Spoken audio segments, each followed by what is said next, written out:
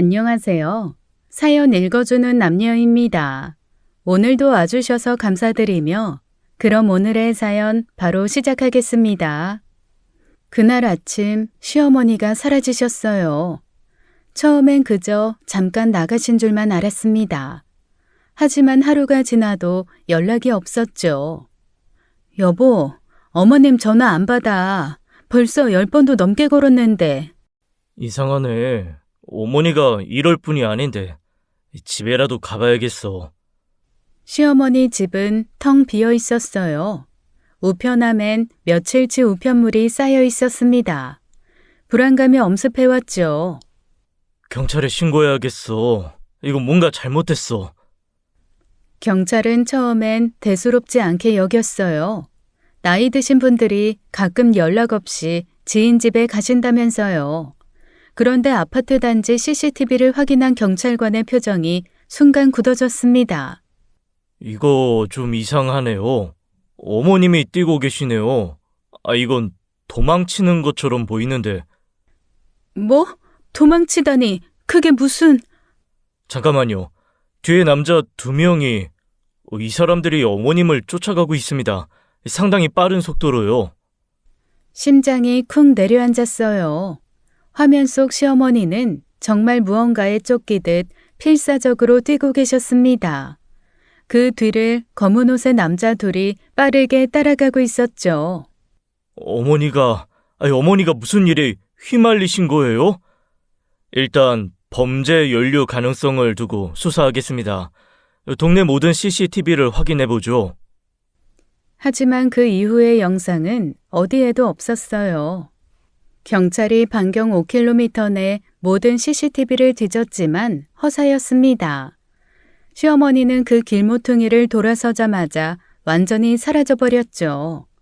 카드 사용 내역도 핸드폰 신호도 그 어떤 흔적도 남기지 않은 채로요.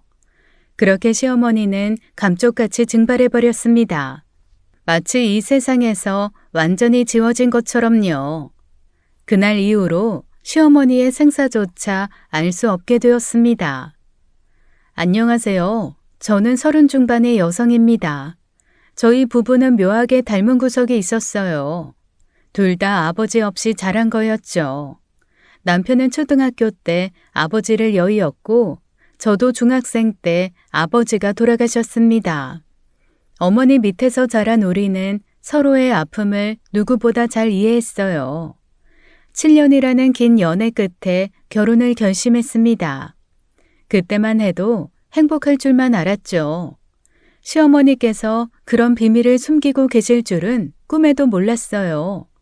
상견례 날 호텔 레스토랑은 화기애애했습니다.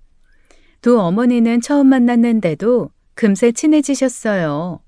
마치 오래 알던 자매처럼 말이죠. 사돈, 정말 젊으세요. 어떻게 이렇게 고우신지 우리 아들이 복을 받았네요. 아이고 무슨 말씀을. 사돈이야말로 정말 품위가 있으세요. 분위기가 무르익자 시어머니께서 갑자기 제안을 하셨어요. 사돈, 이렇게 좋은 날인데 우리 축하주 한잔 하실래요? 와인이라도. 여기 와인 리스트가 정말 좋더라고요. 그 순간이었습니다. 남편의 표정이 순식간에 굳어졌어요. 어머니 왜 그러세요? 여기서 술을 왜 마셔요? 약속하셨잖아요. 목소리가 너무 커서 옆 테이블 사람들까지 쳐다봤습니다. 레스토랑 전체가 순간 조용해진 것 같았어요. 저는 깜짝 놀라 남편 팔을 잡았어요. 준호 씨, 왜 그래? 갑자기 왜 화를 내? 시어머니 얼굴이 새하얗게 질렸습니다. 손이 미세하게 떨리는 게 보였어요. 아니, 난 그냥 분위기가 좋아서. 죄송합니다, 어머니. 제가 너무했네요. 죄송해요. 남편은 당황한 듯 급하게 사과했지만 이미 분위기는 싸늘해졌어요. 친정어머니는 어리둥절한 표정으로 저를 바라보셨습니다. 지은아, 이게 무슨 일이니? 준호가 왜? 저도 잘 모르겠어요, 엄마. 잠시만요. 상견례는 어색하게 마무리되었습니다. 그날 저녁 남편과 이야기를 했어요. 설명해. 아까 왜 그랬어? 어머님한테 왜 그렇게 소리 질렀냐고. 미안해. 정말 미안해. 너한테 먼저 말했어야 했는데. 뭘 말했어야 했는데? 남편의 목소리가 떨렸습니다. 우리 어머니 알코올 중독이야. 술만 드시면 완전히 다른 사람이 되셔. 한번 시작하면 멈출 수가 없고. 그래서 내가 순간 참지 못하고 어머니가 장모님께 술 권하는 순간 과거의 악몽이 떠올라서. 충격적인 고백이었어요. 그 품이 있어 보이던 시어머니가 알코올 중독이라니. 상견례 내내 보여주신 우아한 모습이 전부 가면이었단 말인가요? 뭐? 그런 중요한 얘기를 왜 이제야 해? 결혼 앞두고. 말하려고 했어. 정말이야. 근데 어머니가 최근에 많이 좋아지셔서 벌써 1년 넘게 술 안 드셨거든. 그래서 괜찮을 줄 알았는데. 남편 눈에 눈물이 고였습니다. 그때 처음으로 남편의 깊은 상처를 봤어요. 그날 밤 남편은 오랫동안 숨겨왔던 상처를 털어놓았습니다. 목소리가 떨렸어요. 마치 그때로 돌아간 것처럼 괴로워했죠.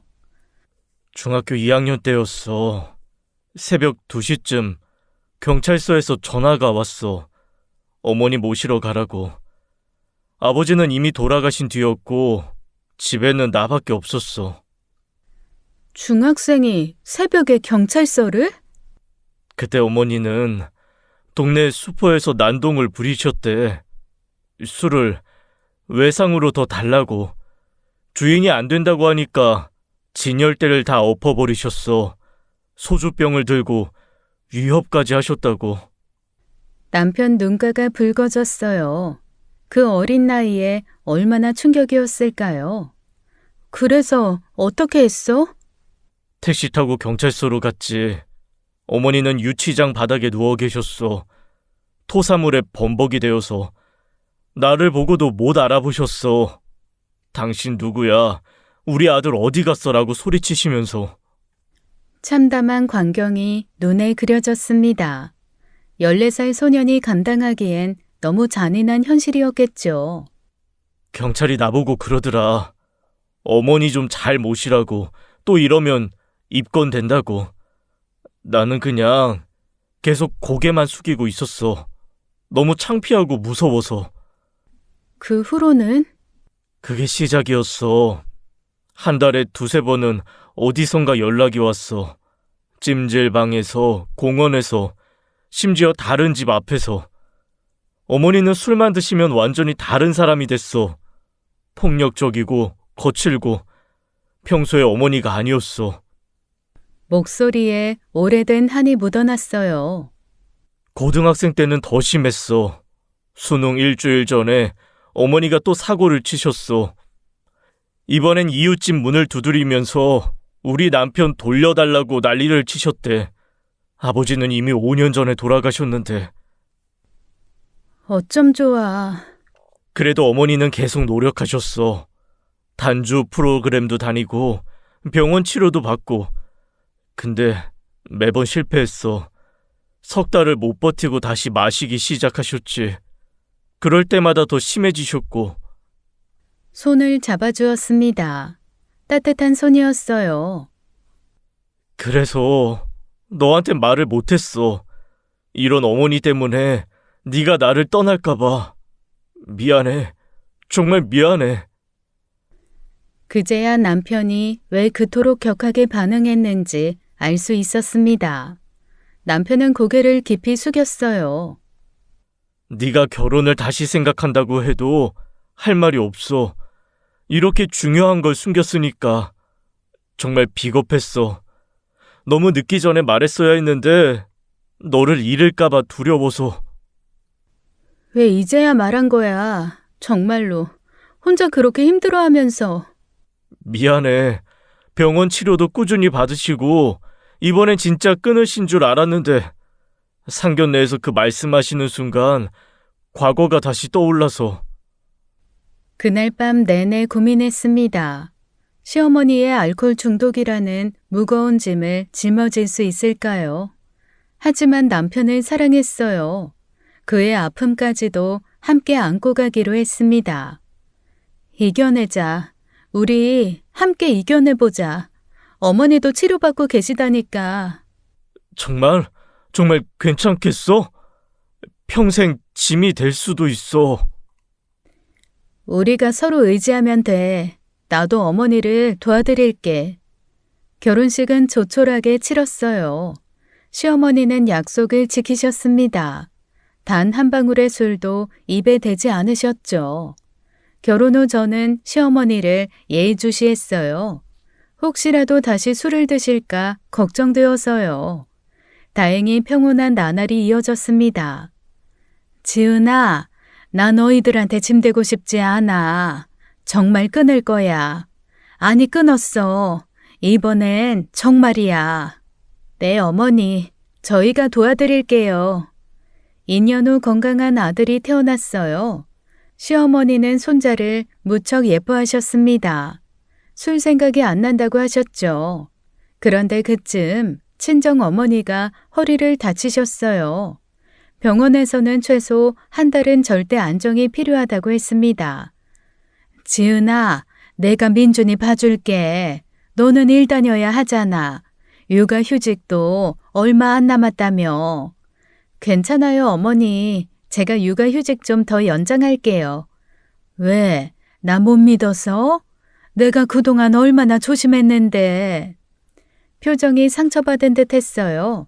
하지만 아이를 맡기기엔 불안했습니다. 엄마, 지은이가 아직은 적응 기간이 필요한가 봐요. 이해해 주세요. 시어머니는 서운한 표정으로 돌아가셨어요. 그때는 몰랐습니다. 이 평온함이 폭풍 전 고요였다는 걸요. 그해 겨울 큰아버지가 갑작스럽게 돌아가셨어요. 아버지가 일찍 돌아가신 후 큰아버지는 제게 아버지나 다름없었습니다. 대학 등록금도 대주시고 결혼식 때는 제 손을 잡고 버진 로드를 걸어주신 분이었죠. 지은아, 큰아버지가 오늘 새벽에... 엄마, 그게 무슨... 아니야, 거짓말이지? 눈앞이 캄캄했어요. 너무 갑작스러운 이별이었습니다. 여보, 민준이 어머니한테 맡기고 가자. 3일 장이니까 발인까지 하고 오면 최소 사흘은 집을 비워야 할 거야. 사흘이나 민준이를 그렇게 오래 어머님한테 맡겨도 될까? 아직 돌도 안 지났는데. 어머니 2년 넘게 술 한 방울 안 드셨어. 이제는 믿어도 될 것 같아. 큰아버지 장례식인데 민준이 데리고 가서 3일 내내 있기도 힘들잖아. 그래, 지은아. 어서 다녀와. 민준이는 내가 잘 볼게. 걱정하지 마. 나 믿어봐. 네, 어머니. 부탁드려요. 젖병이랑 기저귀는 여기 있고요. 불안했지만 선택의 여지가 없었어요. 장례식장은 차로 4시간 거리였습니다. 3일장을 치르고 발인까지 모두 마쳤어요. 눈물이 마를 날이 없었습니다. 큰아버지의 빈자리가 너무나 컸죠. 발인 후 서둘러 집으로 돌아왔습니다. 현관문을 여는 순간 이상한 냄새가 났어요. 술 냄새였습니다. 집안은 난장판이었어요. 민준아! 민준아! 안방에서 아이 울음소리가 들렸습니다. 문을 열자 충격적인 광경이 펼쳐졌어요. 민준이는 침대 위에 혼자 울고 있었고 기저귀는 갈아주지 않아 축축했습니다. 시어머니는 거실 소파에 쓰러져 있었어요. 주변엔 소주병 4개가 나뒹굴었습니다. 엄마 정신 차려요. 어떻게 이럴 수가 있어요. 민준이한테 무슨 일이라도 있었으면 어쩔 뻔했어. 아, 준호야. 미안.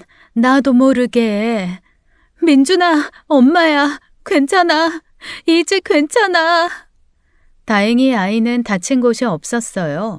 하지만 사흘 동안 제대로 돌봄을 받지 못한 게 분명했습니다.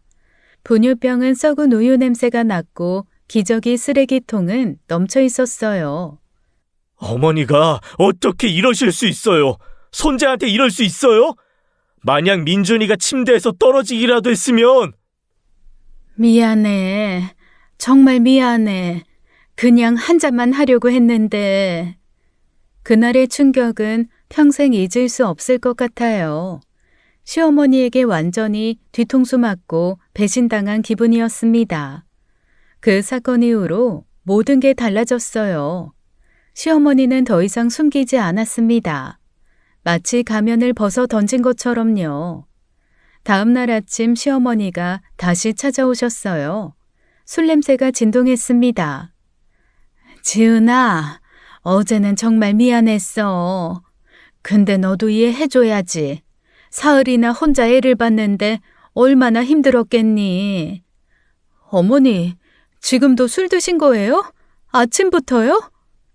조금만 마셨어. 숙취 때문에. 해장해야 해서. 너무 예민하게 굴지 마.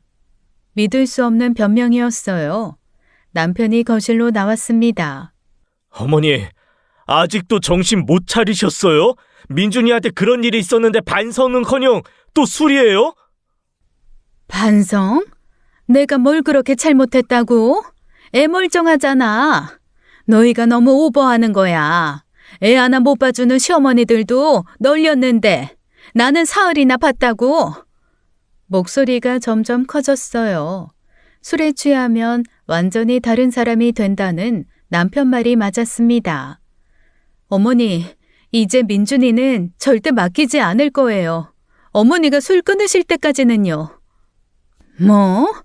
네가 뭔데 나한테 명령이야? 내 손자인데 내가 보고 싶으면 볼 거고 네가 뭔데 막아? 어머니, 그만하세요. 이러시면 정말 연 끊을 거예요. 순간 시어머니 표정이 바뀌었어요. 공포가 스치는 것 같았습니다. 이 연을 끊는다고? 나를 버린다고? 내가 널 어떻게 키웠는데? 네 아버지 없이 혼자서 얼마나 고생했는데? 그 고생 잘 압니다. 하지만 어머니도 변해야 해요. 술 끊고 치료 받으세요. 그때까지는 못 뵙겠습니다. 알았어. 알았다고. 끊을게. 이번엔 진짜 끊을게. 병원도 다시 다닐게. 약도 먹고 뭐든 할게. 제발 날 버리지만 마.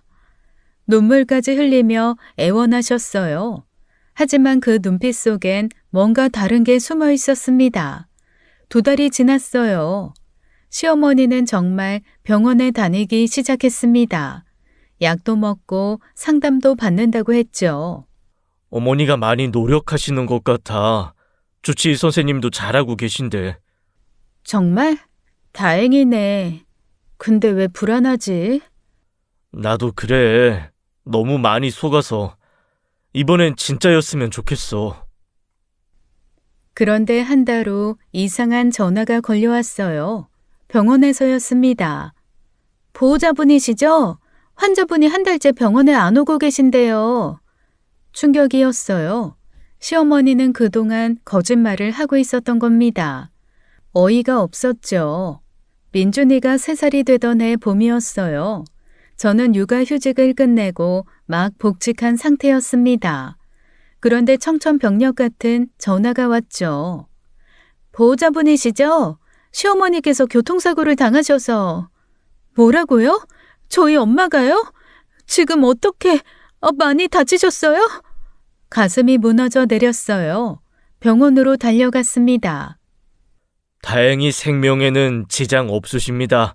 하지만 골반 골절이 심해서 최소 2달은 입원하셔야 해요.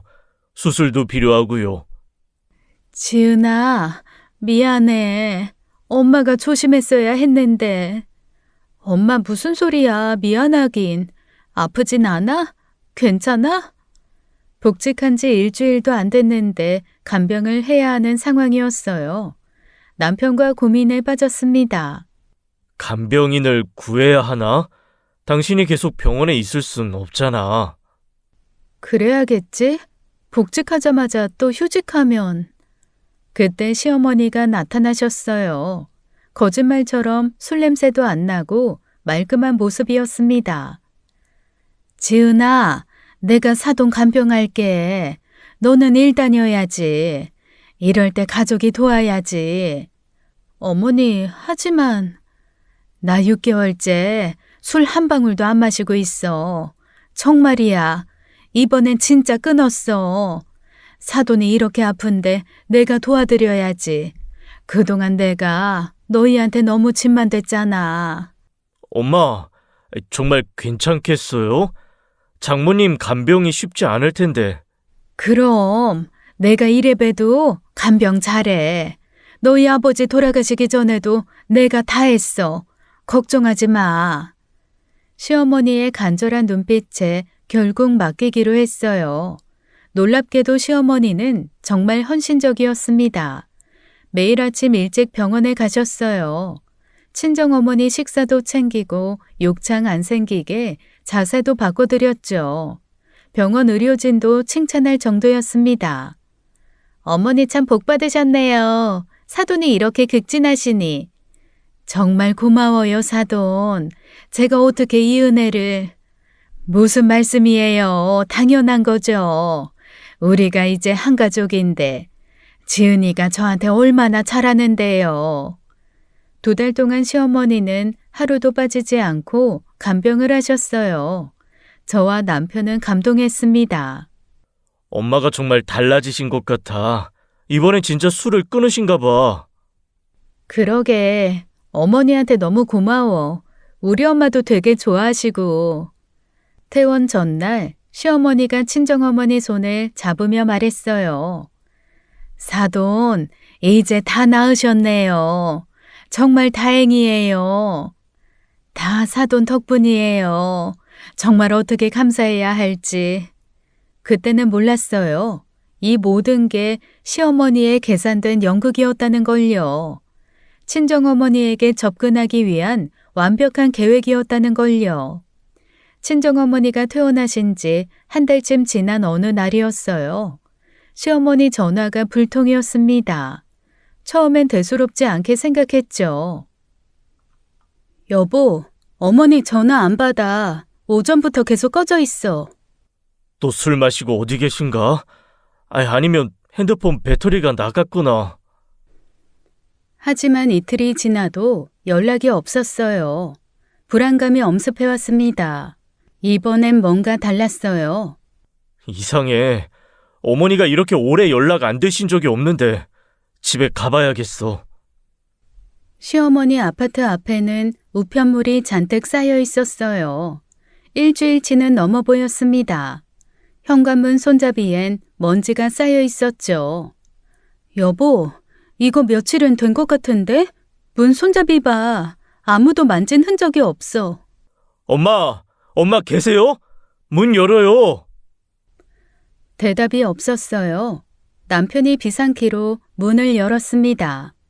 집안은 텅 비어 있었고 냉장고엔 상한 음식들이 가득했어요. 경찰에 신고해야겠어. 경찰은 실종 신고를 받고 수색에 나섰어요. 처음엔 별로 심각하게 생각하지 않는 것 같았습니다. 어르신들이 가끔 연락 안 되는 경우가 있어요. 친척집이나 지인집에 계실 수도. 아니에요. 저희 어머니 그럴 사람 아니에요. 뭔가 일이 생긴 게 분명해요. 그런데 아파트 CCTV를 확인한 경찰관의 얼굴이 순간 굳어졌어요. 이것 좀 보셔야겠는데요. 5일 전 새벽 3시경 영상입니다. 화면 속 시어머니는 뛰고 계셨어요. 아니, 정확히는 도망치고 있었습니다. 필사적으로 무언가에 쫓기듯이요. 저게 어머니 맞아? 맞아. 저 옷 내가 사드린 거야. 근데 왜 저렇게... 잠깐, 뒤를 보세요. 남자 둘이 따라가고 있네요. 정말이었어요. 검은 옷의 남자 2명이 빠른 걸음으로 시어머니를 쫓고 있었습니다. 한 명은 뭔가를 손에 들고 있었어요. 이거 단순 실종 아니네요. 범죄 가능성 염두에 두고 수사하겠습니다. 주변 CCTV 다 확인해보죠. 어머니가 무슨 일에 휘말리신 거예요? 도대체 누가? 하지만 그 길모퉁이를 돈 후의 영상은 어디에도 없었어요. 반경 5km 내 모든 CCTV를 확인했지만 허사였습니다. 카드 사용 내역도 없었어요. 핸드폰 위치 추적도 불가능했습니다. 어머니 어디 계신 거예요? 그렇게 시어머니는 완전히 사라져버렸습니다. 마치 연기처럼 증발해버린 것처럼요. 시어머니가 사라진 지 일주일째 되던 날이었어요. 남편과 저는 다시 시어머니 집으로 갔습니다. 혹시 단서가 될 만한 게 있을까 싶어서요. 우편함에 새로운 우편물이 와 있었어요. 빨간색 글씨로 긴급이라고 적힌 봉투였습니다. 이게 뭐지? 은행에서 온 것 같은데. 열어봐. 뭔가 중요한 거일 수도 있어. 남편이 봉투를 뜯는 손이 떨렸어요. 내용물을 확인한 순간 얼굴이 새하얗게 질렸습니다. 이게 무슨 담보대출 연체 독촉장이야. 3개월째 이자를 안 내서 경매 진행한다고. 뭐? 담보대출? 이 집에? 2억이야. 2억을 대출 받으셨어. 작년 6월에. 이 집 아버지가 남기신 건데 빚이 하나도 없었는데. 충격적이었어요. 더 많은 우편물을 확인했습니다. 카드사, 대부업체, 심지어 사채업자로 보이는 곳에서도 독촉장이 왔더군요. 여보, 이것 봐. 여기도 다 빚독촉이야. 어머니가 도대체 뭐에 이렇게 많은 돈을 쓰신 거야? 집안을 샅샅이 뒤졌어요.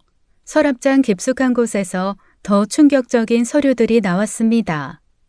이건 3차 대부업체 대출 서류야. 금리가 연 24%. 미쳤어? 이게 말이 돼? 여기 날짜 봐. 담보대출 받고 나서 또 받은 거야. 그것도 한두 군데가 아니야. 총 빚이 3억이 넘었어요. 시아버지가 평생 일궈놓은 집이 순식간에 빚덩이가 된 겁니다. 어머니는 이 돈을 다 어디에 쓰신 거예요? 경찰에 새로운 정보를 전달했어요. 경찰의 반응은 싸늘했습니다. 빚 때문에 도주한 거네요.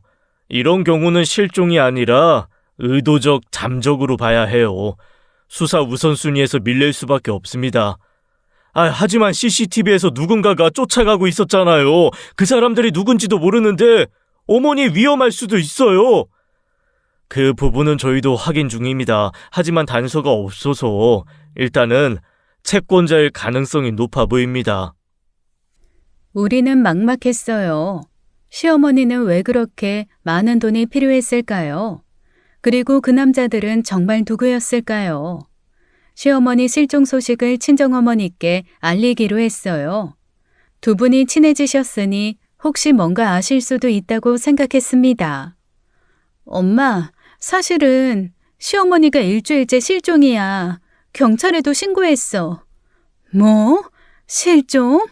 아니, 그게 무슨... CCTV에 이상한 장면이 찍혔어. 시어머니가 도망치듯 뛰고 계셨는데 남자 2명이 쫓아가고 있었어. 그 후로 완전히 사라지셨어. 친정어머니 얼굴이 순간 창백해졌어요. 손이 미세하게 떨리는 게 보였습니다. 남자들이 쫓아갔다고? 그리고 더 충격적인 건 시어머니 집에 담보대출이 2억이나 있었어. 그것도 모자라서 대부업체에서도 돈을 빌리셨더라. 친정어머니가 갑자기 일어나 방으로 들어가셨어요. 무언가를 찾는 듯 했습니다. 엄마, 왜 그래? 무슨 일이야?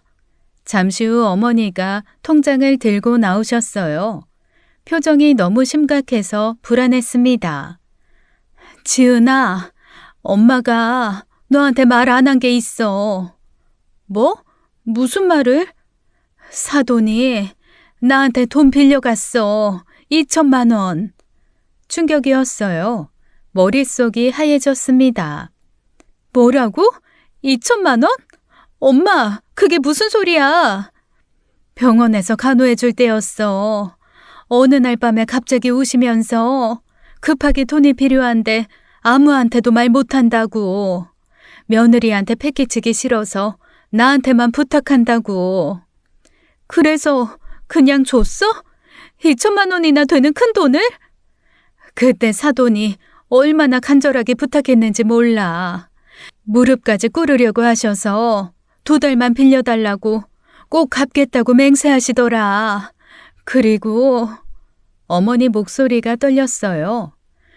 병원비라고 하시길래 혹시 숨겨둔 병이 있나 싶어서. 엄마는 너무 순진해. 어떻게 그걸 믿고. 미안해, 지은아. 내가 바보같이. 근데 그때 사돈이 정말 진심처럼 보였어. 눈물을 그렇게 흘리시는데. 남편이 들어왔어요. 친정어머니의 고백을 듣고는 주저앉았습니다. 장모님한테까지. 아니, 어머니가 정말로. 더 있어. 일주일 전에 전화가 왔었어. 조금만 더 기다려달라고. 곧 큰돈이 들어온다고 하시더라. 큰돈? 무슨 큰돈? 모르겠어. 그냥 곧 다 해결될 거라고만. 목소리가 이상하게 들떴었어. 그리고 고맙다고, 은인이라고 계속 그러시더라. 이제 알 것 같았어요. 시어머니의 간호는 처음부터 계획된 일이었다는 걸요.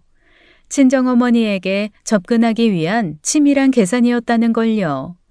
친정어머니의 고백을 듣고 남편은 급하게 전화를 돌리기 시작했어요. 불안한 예감이 들었나 봅니다. 이모, 저 준호예요. 갑자기 전화드려 죄송한데 혹시 우리 어머니한테 돈 빌려주신 적 있으세요? 전화 너머로 이모의 한숨 소리가 들렸어요. 준호야, 어떻게 알았니? 네 엄마가 비밀로 해달라고 그렇게 부탁했는데.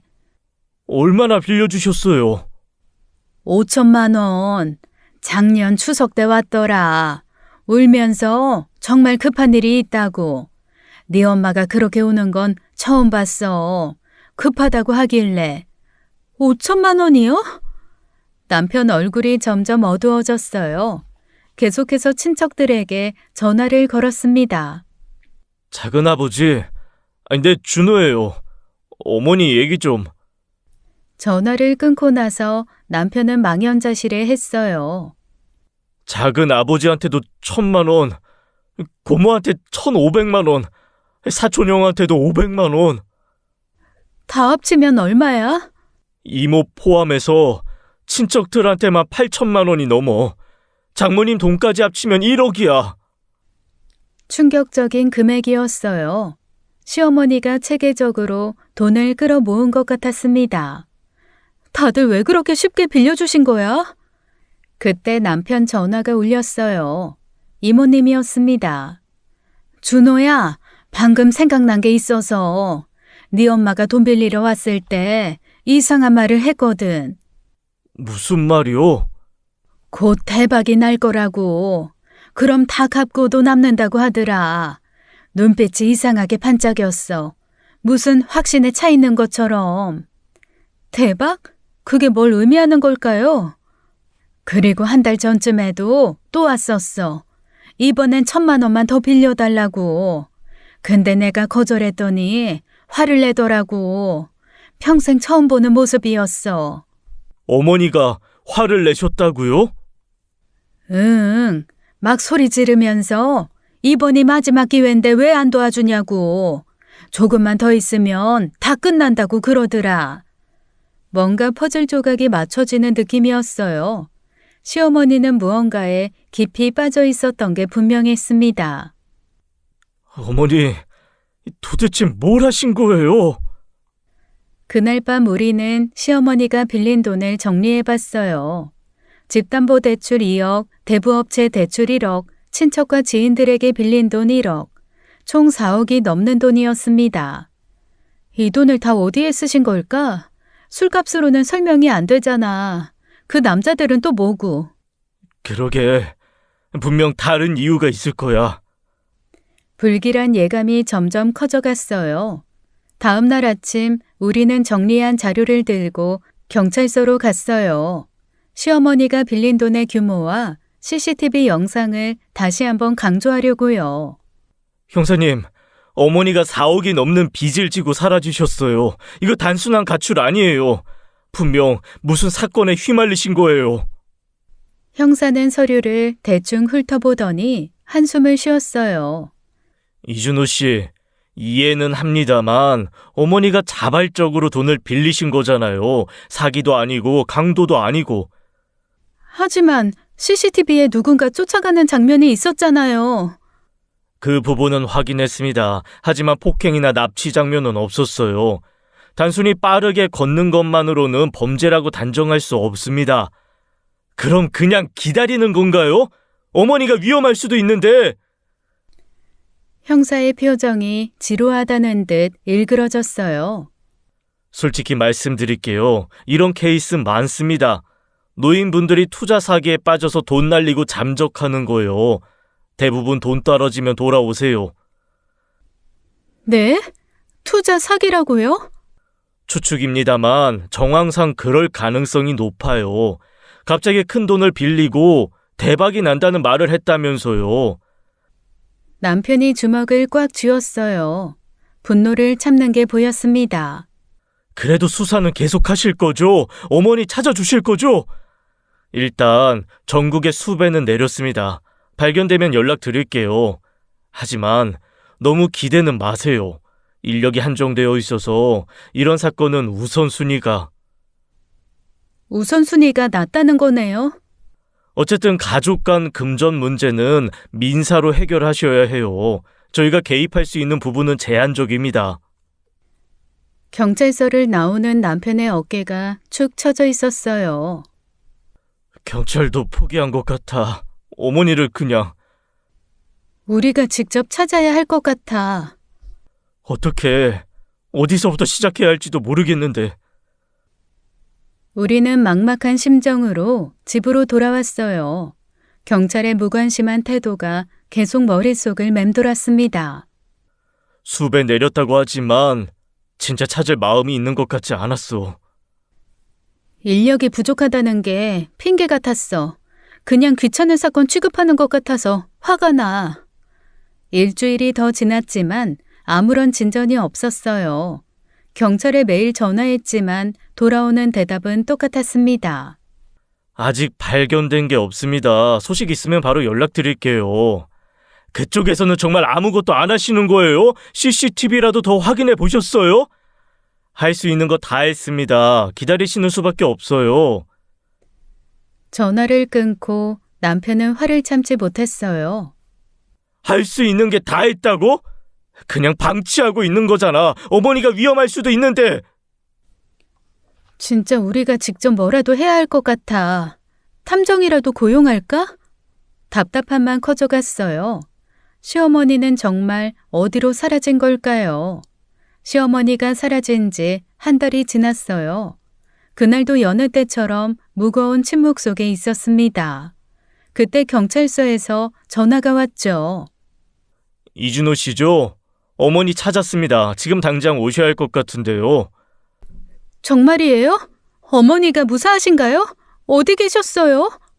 일단 오시면 설명드릴게요. 주소 보내드릴게요. 주소를 받고 보니 지방이었어요. 차로 3시간은 가야 하는 거리였습니다. 우리는 서둘러 출발했어요. 도착한 곳은 작은 시골 경찰서였습니다. 어머니가 불법 도박장에서 단속에 걸리셨습니다. 도박장이요? 어머니가? 충격이었어요. 알코올 중독인 줄만 알았는데 도박이라뇨. 네, 지하 도박장에서 바카라를 하고 계셨어요. 상당히 오래전부터 출입하신 것 같더군요. 단골이라고 하던데.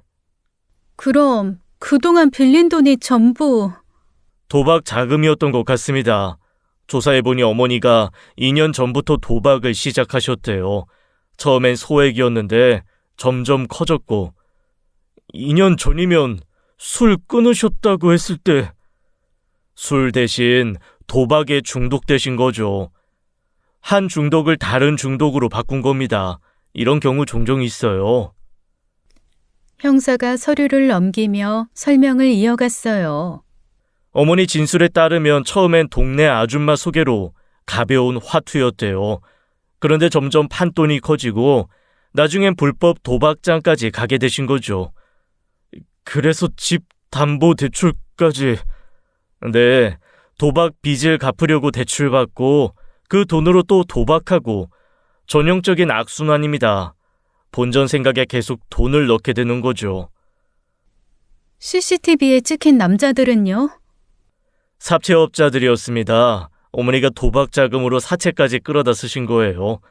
이자 갚으러 그 사람들 따라 다시 도박장으로 가신 것 같습니다. 충격적인 진실이었어요.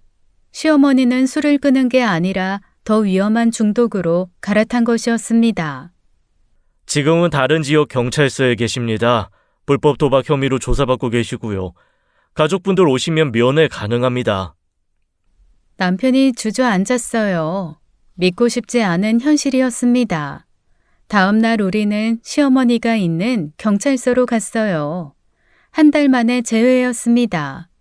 유치장 안에 시어머니는 뼈만 앙상하게 남아 있었어요.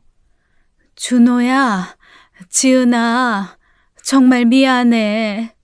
어머니, 도박이었어요? 그 많은 돈 전부 도박에 날리신 거예요? 딱 한 번만 크게 따면 다 갚을 수 있을 줄 알았어. 정말이야, 나도 이렇게 될 줄은 몰랐어. 남편의 목소리가 떨렸어요. 분노와 실망이 뒤섞여 있었습니다. 한 번만요? 2년이나 하셨잖아요. 술 끊었다고 거짓말하면서 우리를 속이고 장모님까지 속이고 친척들 다 속이고. 술은 정말 끊었어. 대신 도박을 시작한 거지만 처음엔 재미로 했는데 한 번 따니까 그 짜릿함이 술보다 더 강했어. 어머니, 우리 엄마한테 간병하면서 돈 빌린 것도 다 계획이었죠? 처음부터 돈 빌리려고 그렇게 극진하게 간호하신 거죠? 시어머니가 고개를 숙였어요. 대답 대신 눈물만 흘렸습니다. 아니야. 처음엔 진심이었어. 정말로 사돈 도와드리고 싶었어. 근데 도박빚이 너무 불어나서 사채업자들이 협박하고 어쩔 수 없었어. 어쩔 수 없었다고요? 선택하신 거잖아요. 가족보다 도박을 선택하신 거잖아요. 준호야, 엄마가 잘못했어. 정말 잘못했어. 이번만 용서해줘. 이제 정말 끊을게. 치료도 받을게. 뭐든 할게, 제발. 무릎까지 꿇으려고 했어요. 유치장 철창 너머로 간절한 손짓을 했습니다. 지은아, 며느리야, 부탁이야. 준호 좀 말려줘. 엄마 버리지 말라고. 내가 정말 달라질게. 약속할게. 하지만 남편은 단호했어요. 어머니, 더 이상은 못하겠어요. 저도 지쳤어요. 평생 어머니 뒤치다꺼리 하느라 제 인생도 없었어요. 이제 그만하고 싶어요. 준호야, 내가 널 어떻게 키웠는데. 네 아버지 없이 혼자서 얼마나 고생했는데. 그 고생 잘 압니다. 하지만 그게 평생 저를 올가매는 이유는 될 수 없어요. 어머니도 어머니 인생 사세요. 저도 이제 제 인생 살겠습니다. 그럼 날 버린다는 거니? 정말로 네 엄마를? 네, 이제 연 끊겠습니다. 어머니 일은 어머니가 해결하세요. 저는 더 이상 책임질 수 없어요. 돌아서는 남편의 등이 떨리고 있었어요. 시어머니의 울부짖음이 경찰서를 가득 채웠습니다. 준호야, 준호야, 엄마가 잘못했어. 돌아와. 제발, 제발. 하지만 남편은 뒤돌아보지 않았어요. 그렇게 우리는 시어머니와 완전히 결별했습니다. 경찰서를 나온 남편은 바로 전화를 돌리기 시작했어요. 목소리에 단호함이 묻어났습니다. 장모님, 저희 어머니 고소하세요. 사기죄로요. 병원비라고 속여서 돈을 빌렸으니 명백한 사기예요. 그래도 사돈을 감옥에 보낼 순 없잖아. 장모님이 고소 안 하시면 그 돈 영영 못 받아요. 어머니한테는 이제 남은 게 집밖에 없어요. 그것도 고소해서 받을 수 있습니다. 이모님에게도 같은 말을 했어요. 이모, 어머니 고소하세요. 5천만 원이 작은 돈이에요? 이모 노후 자금 아니었어요? 준호야, 그래도 내 동생인데. 동생이면 5천만 원 그냥 줘도 돼요? 이모가 고소 안 하면 어머니 또 이럴 거예요. 평생 그렇게 살 거라고요. 친척들 설득이 끝나자 효과는 즉각적이었어요. 시어머니는 고소 소식을 듣고 패닉에 빠졌다고 합니다. 일주일 후 시어머니가 남편에게 전화를 걸어왔어요. 준호야, 제발 고소만은 하지 말라고 해줘. 내가 전과자가 되면 정말 끝이야. 그럼 돈 갚으세요. 집 팔아서라도. 집을 팔라고? 그럼 나는 어디서 살아? 그건 어머니가 알아서 하세요. 돈을 빌려서 도박했으면 책임을 져야죠. 시어머니는 결국 장모님과 친척들을 찾아다녔어요. 무릎 꿇고 빌었다고 합니다. 지은아, 사돈이 왔더라. 맨발로 우리 집 앞에서 몇 시간을 무릎 꿇고 있더라고. 이웃들이 다 쳐다보는데.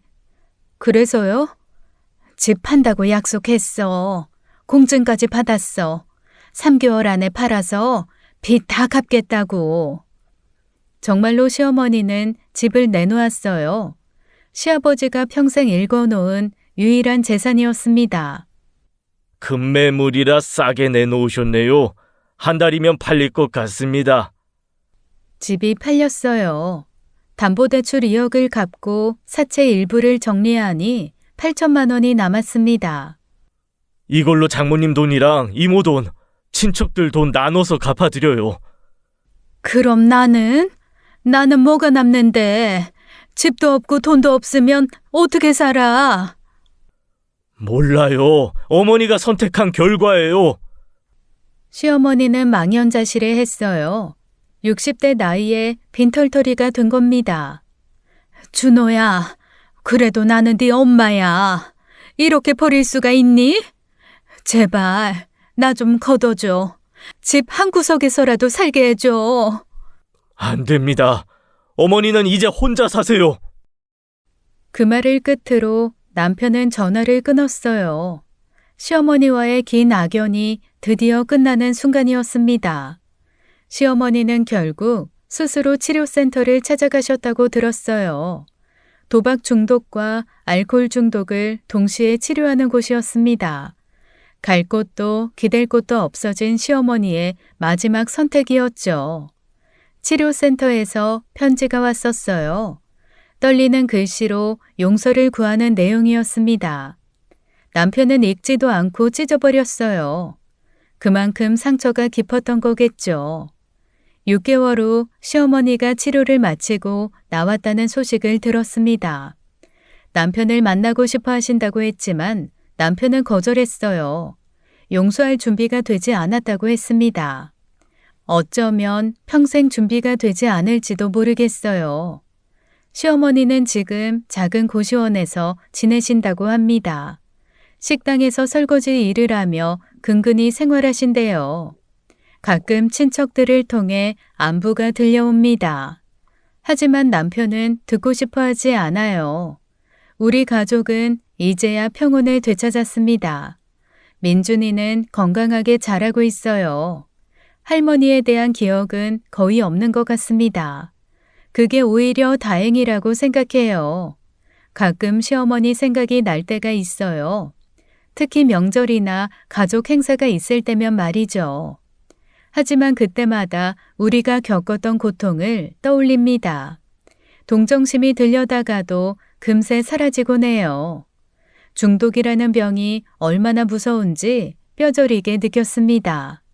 한 사람의 중독이 가족 전체를 파괴할 수 있다는 걸 알게 됐어요. 시어머니는 술에서 도박으로, 한 중독에서 다른 중독으로 옮겨갔을 뿐이었습니다. 남편은 요즘 많이 편안해 보여요. 평생 짊어졌던 무거운 짐을 내려놓은 것 같아요. 우리는 서로에게 의지하며 상처를 치유해 가고 있습니다. 언젠가는 시어머니를 용서할 날이 올까요? 솔직히 잘 모르겠어요. 하지만 지금은 우리 가족의 평화가 더 소중합니다. 이것이 우리가 겪은 시어머니 실종 사건의 전말이었어요. 미스터리했던 실종의 진실은 결국 도박 중독이라는 씁쓸한 현실이었습니다. 그리고 우리는 그 현실과 완전히 결별하기로 했죠. 지금까지 사연 읽어주는 남녀였습니다. 끝까지 시청해주신 여러분 감사드리며 저희는 다음 사연으로 돌아올게요. 감사합니다.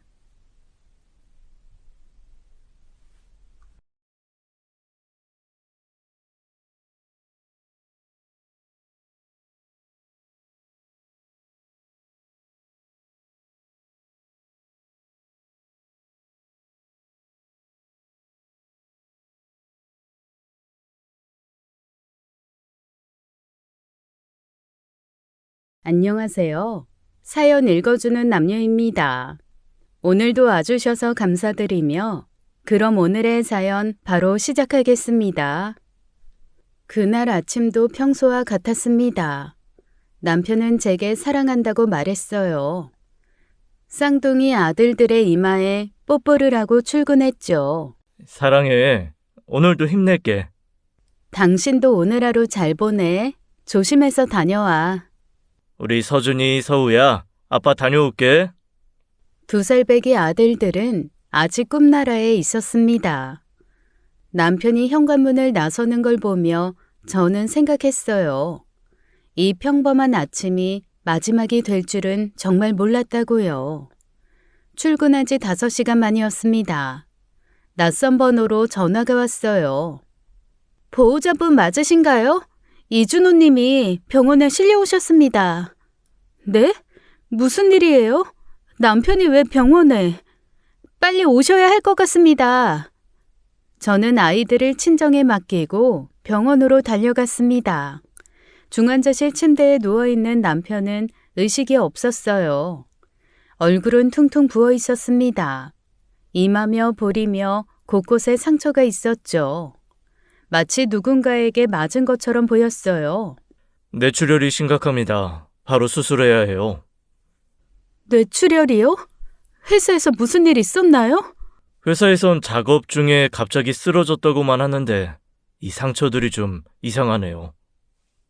남편은 그대로 수술실로 들어갔습니다. 저는 복도에 주저앉아 오열했어요. 아침에 사랑한다고 말하던 사람이 아이들에게 뽀뽀하던 그 따뜻한 마음을 가진 남편이 지금 생사의 기로에 서 있다니요. 대체 무슨 일이 있었던 걸까요? 왜 남편 얼굴에 이런 상처가 있는 걸까요? 저는 반드시 진실을 밝혀내기로 마음먹었습니다. 안녕하세요. 저는 32살 은행원이었습니다. 평범한 직장인이었죠. 그때 34살 전기회사 직원인 남편을 만났어요. 우리는 사랑에 빠졌습니다. 결혼을 했고 쌍둥이 아들을 낳았어요. 서준이와 서우. 2아이가 태어났을 때 남편은 정말 행복해했습니다. 우리는 그렇게 단란한 가정을 꾸렸죠. 평범하지만 소중한 일상들, 그것만으로도 충분히 행복하다고 생각했어요. 이 끔찍한 사건이 일어나기 전에는 말입니다. 결혼 3개월 전 상견례 날이었습니다. 저희 부모님은 정성껏 준비하셨어요. 호텔 한식당에 룸까지 예약하셨죠. 예비 시모와 예비 신우가 1시간이나 늦게 도착했습니다. 예비 시모는 정말 촌스럽다 할 정도로 진하게 화장을 하고 나타났어요. 그 옆에는 예비 시모와 똑같이 생긴 신우도 있었죠. 예비 시모가 저를 위아래로 훑어보더니 말했습니다. 너냐? 아이고, 며느리 될 사람이 너무 말랐네. 뼈만 남았어. 너 밥은 제대로 먹고 다니는 거니? 이렇게 빼빼 말라서 애는 낳을 수 있겠어? 친정 부모님을 보자마자 인사도 없이 처음 나온 말이었어요. 믿어지시나요? 저와 부모님은 당황했습니다. 남자친구도 얼굴이 빨개지며 어쩔 줄 몰라 했어요. 어머니, 갑자기 왜 이러세요? 이러시지 않기로. 뭐, 사실을 말하는 건데. 그리고 얼굴도 좀 그래. 화장을 왜 그렇게 떡칠했어? 원래 못생겨서 가리려고 그런 거지? 맞아. 너희 회사에는 예쁜 여자들이 많던데 왜 하필 이런 여자를 데려왔어? 나 실망이 크다. 지금 뭐 하시는 겁니까? 처음 만나는 자리에서. 내가 원래 이 자리가 마음에 안 들었습니다. 아니, 솔직하게 말하면 난 이 결혼이 마음에 안 든다고요. 아들이 하도 나오라고 해서 나왔네요. 뭐라고요? 은행원이 뭐 대단한 직업이라고? 준호야, 은행원들이 얼마나 문란한지 알아? 매일 돈 많은 남자들한테 꼬리치고 다니잖아. 너 이 결혼 꼭 해야겠니? 첫 만남에서 이게 무슨 예의 없는 행동입니까? 어머니, 제발 그만하세요. 죄송합니다, 아버님, 어머님. 아버님은 무슨? 네가 왜 사과해? 엄마 말이 다 맞잖아. 야, 너 혹시 내 동생 돈 보고 만나는 거 아니야? 은행에서 돈 세는 일만 하다가 돈맛 들었구나? 저는 더 이상 참을 수 없었습니다. 어차피 예의 차리는 일은 이미 물 건너갔기도 했고요. 아, 그래서 아줌마는 이혼하셨어요? 돈맛을 못 보셔서 이혼하셨어요? 아니면 아줌마 성격을 못 견뎌서 도망간 건가? 둘 다 같아 보이긴 하네요. 예비 신우의 얼굴이 새빨개졌어요. 뭐? 인연이 진짜? 어머, 이거 봐.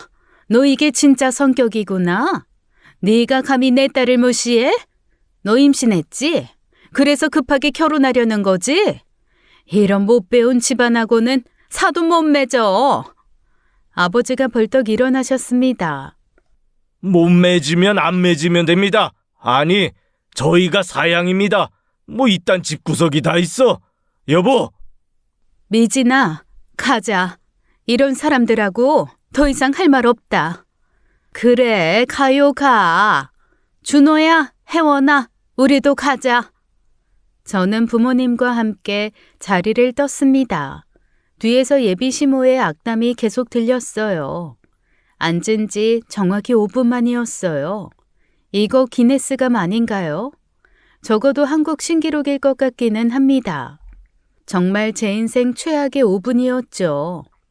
그렇게 상견례는 완전히 박살났습니다. 상견례가 끝나고 그날 늦은 밤이었습니다. 밤 10시가 넘었는데 전화가 왔어요. 남자친구였죠. 미진아, 잠깐만 나와줄 수 있어? 집 앞 놀이터에 있어. 저는 잠시 망설이다가 나갔습니다. 놀이터 벤치에 남자친구가 앉아 있었어요. 눈이 퉁퉁 부어 있었습니다. 미진아, 정말 미안해. 내가 너무 부끄럽고 미안해서 어머니가 저렇게 나올 줄은 정말 몰랐어. 분명 출발하기 전까지만 해도 아무 말씀 안 하시기로 약속을 했는데. 됐어. 이제 와서 무슨 소용이야. 이미 다 끝났잖아. 남자친구가 갑자기 무릎을 꿇었어요. 그리고 눈물을 흘리기 시작했습니다. 미진아, 사실을 말할게. 어머니가 일부러 상견례를 망치려고 한 거야. 뭐? 대체 왜?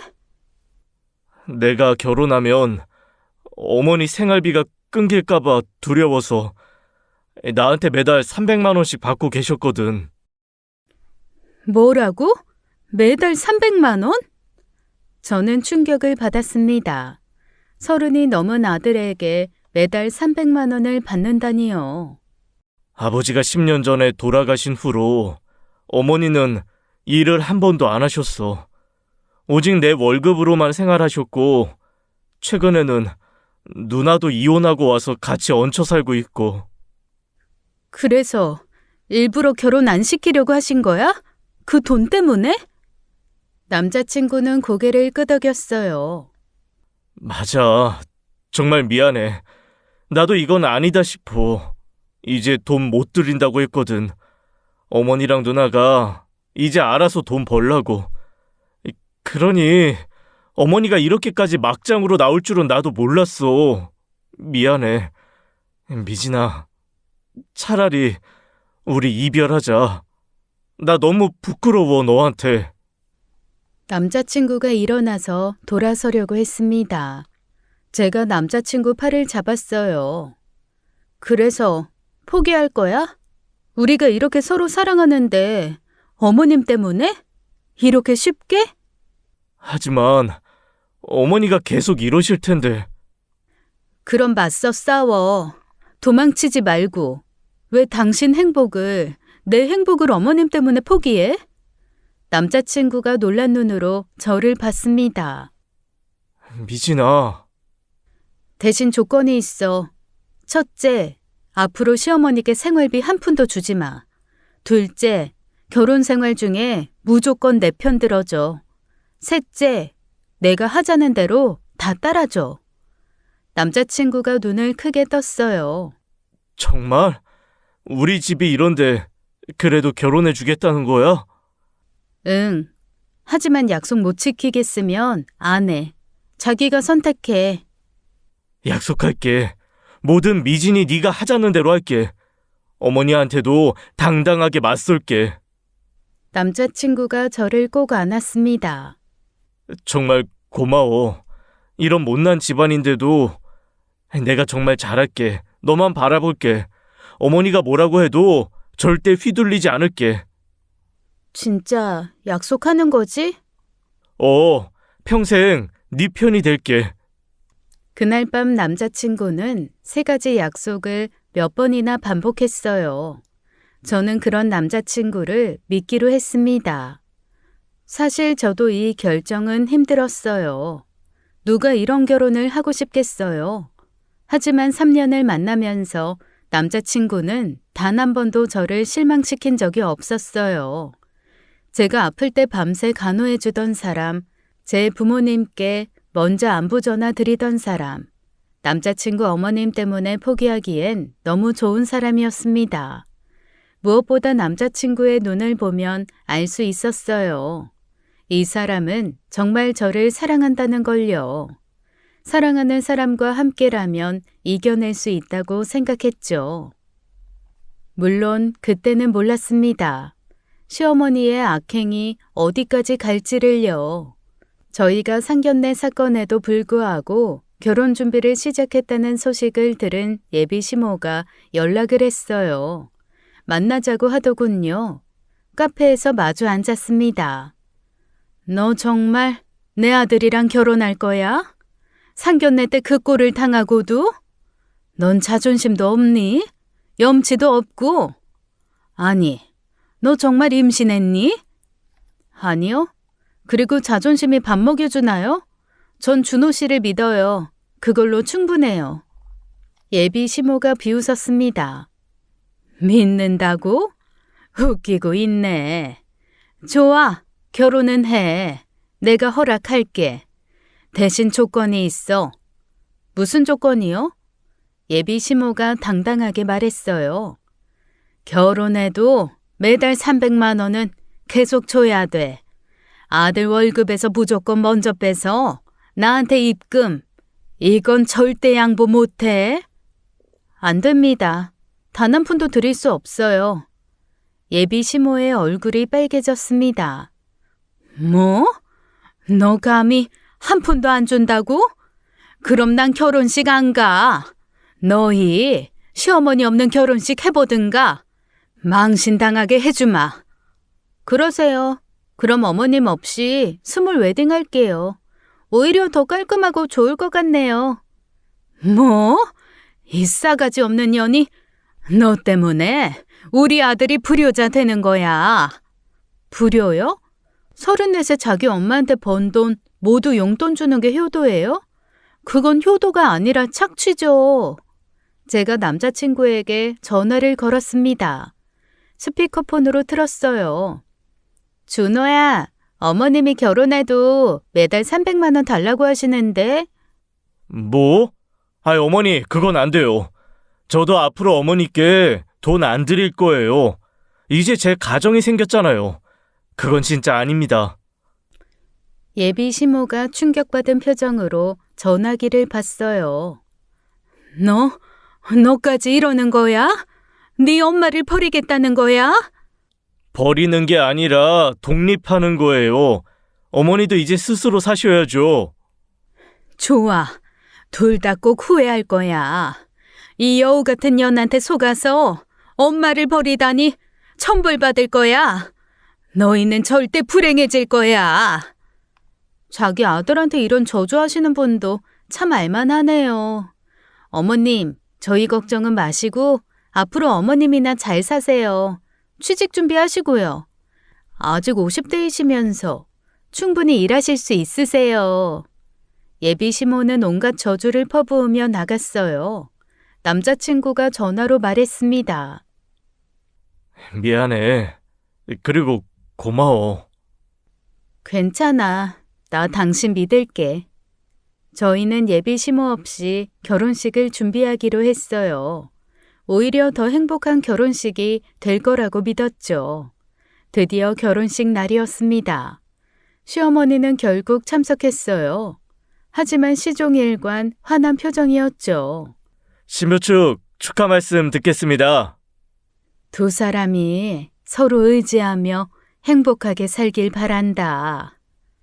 신랑 측 축하 말씀도 부탁드립니다. 시어머니는 아무 말도 하지 않았습니다. 하객들이 수군거렸어요. 시누이는 아예 오지도 않았죠. SNS에는 저를 비난하는 글을 올렸습니다. 내 동생 꼬신 여우, 우리 가족을 망친 악마. 저와 남편은 그런 것들에 신경 쓰지 않았어요. 서로만 바라보며 서약했습니다. 저희는 오히려 홀가분했습니다. 신혼생활은 달콤했어요. 남편은 정말 약속을 잘 지켰죠. 시어머니가 몇 번이나 돈을 요구했지만 단호히 거절했습니다. 아들, 엄마 병원비라도 좀. 어머니 보험 있잖아요. 그리고 일하세요. 이 불효자식 새끼. 그렇게 1년이 지났어요. 저는 임신을 했습니다. 그것도 쌍둥이였어요. 축하합니다. 쌍둥이 아들이에요. 정말요? 쌍둥이라니. 남편은 기뻐서 눈물을 흘렸습니다. 배가 불러올수록 남편은 저를 더 살뜰히 챙겼어요. 우리 아기들아, 아빠야. 건강하게만 태어나줘. 벌써부터 아들 바보네. 당연하지. 내 아들들인데. 드디어 출산일 서준이와 서우가 세상에 나왔습니다. 둘 다 건강한 아들이었어요. 미진아, 정말 고마워. 우리 아들들 정말 예쁘다. 내가 정말 좋은 아빠가 될게. 당신은 이미 좋은 아빠야. 남편은 아들들을 보며 또 울었어요. 저는 그저 웃었죠. 하지만 행복은 오래가지 않았습니다. 출산 후 2개월이 지났어요. 시어머니가 툭하면 신혼집에 찾아왔어요. 매번 같은 요구였죠. 아들 월급날 됐지?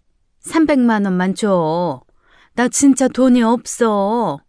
친구들이랑 이번에 여행 가는데 내가 돈이 한 푼도 없다니까. 어머님, 일을 하세요, 일을. 저희가 자식된 도리로 용돈은 조금씩 드릴 수 있지만 매달 고정으로 300만 원은 절대 못 드려요. 이 독한 년, 시어머니를 굶어 죽이려고? 저는 문을 닫았습니다. 시어머니는 복도에서 계속 고함을 질렀어요.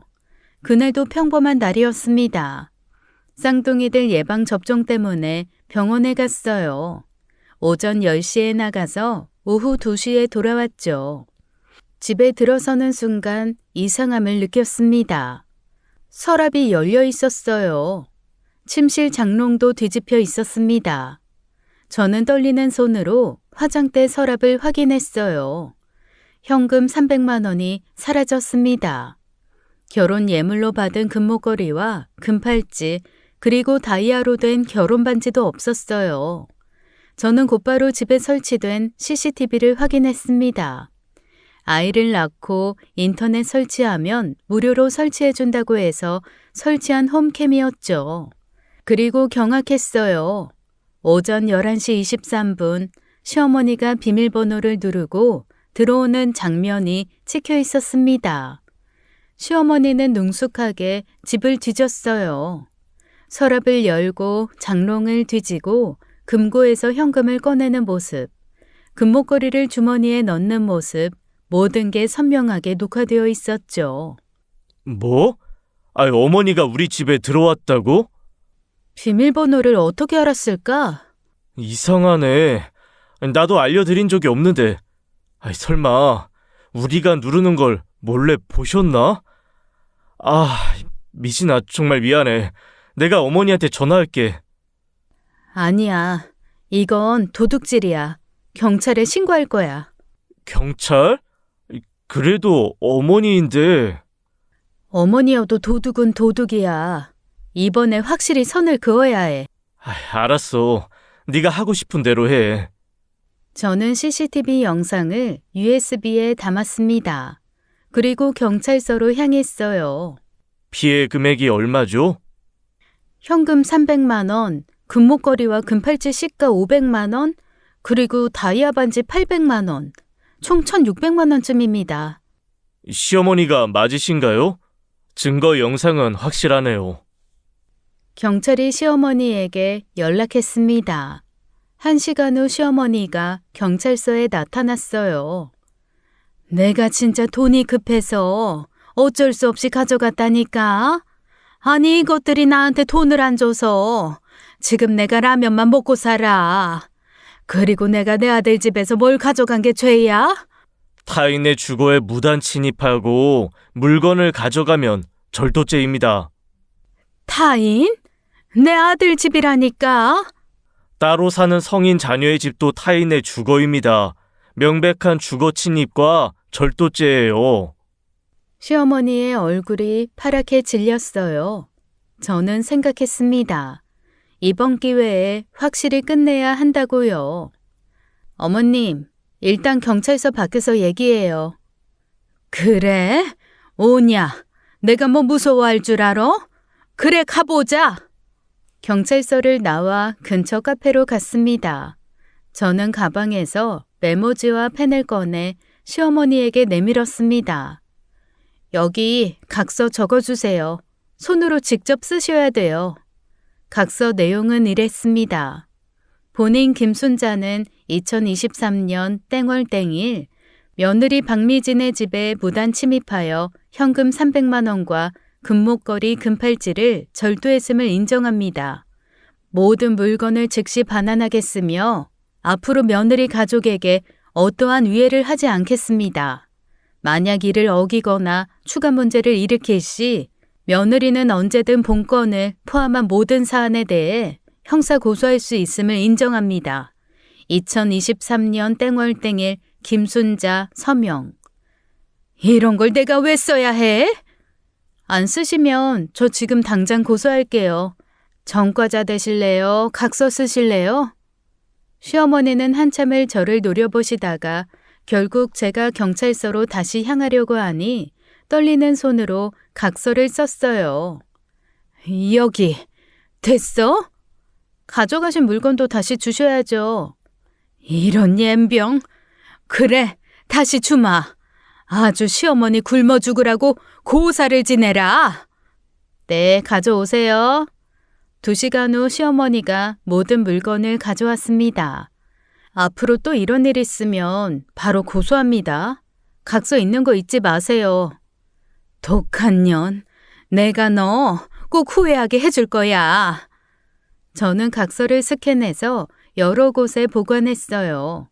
나중에 또 비슷한 문제가 생긴다면 정말 사용할 생각이었죠.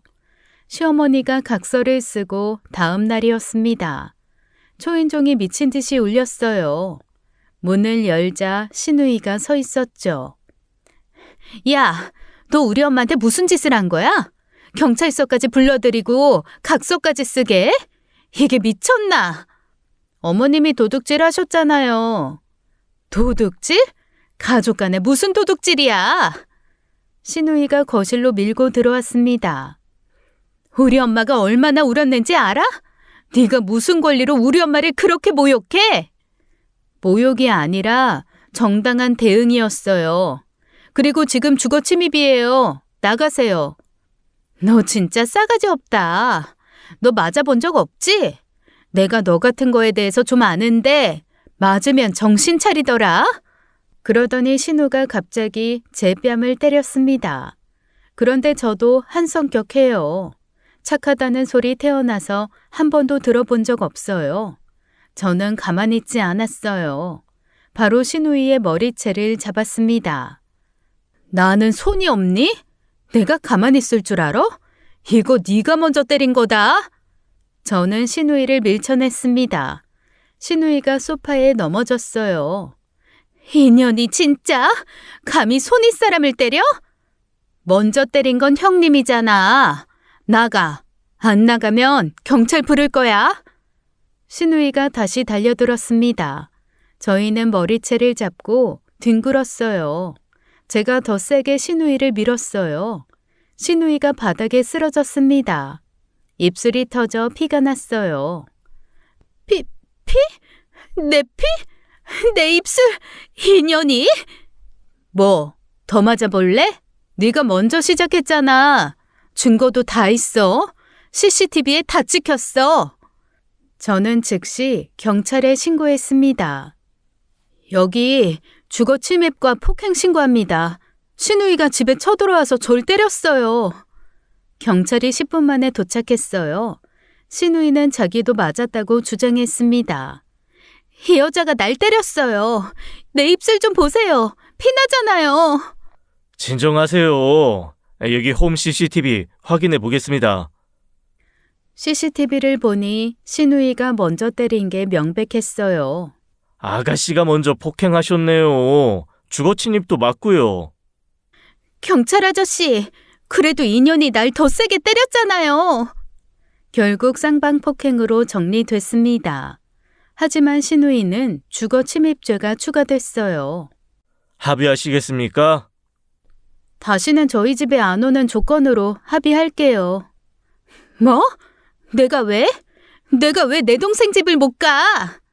경찰이 설명했습니다. 주거 침입은 이회원 씨가 했으니까요. 그렇게 합의하시는 게 나을 겁니다. 아니시면 이거 약식 재판 갑니다. 그러면 벌금 나오세요.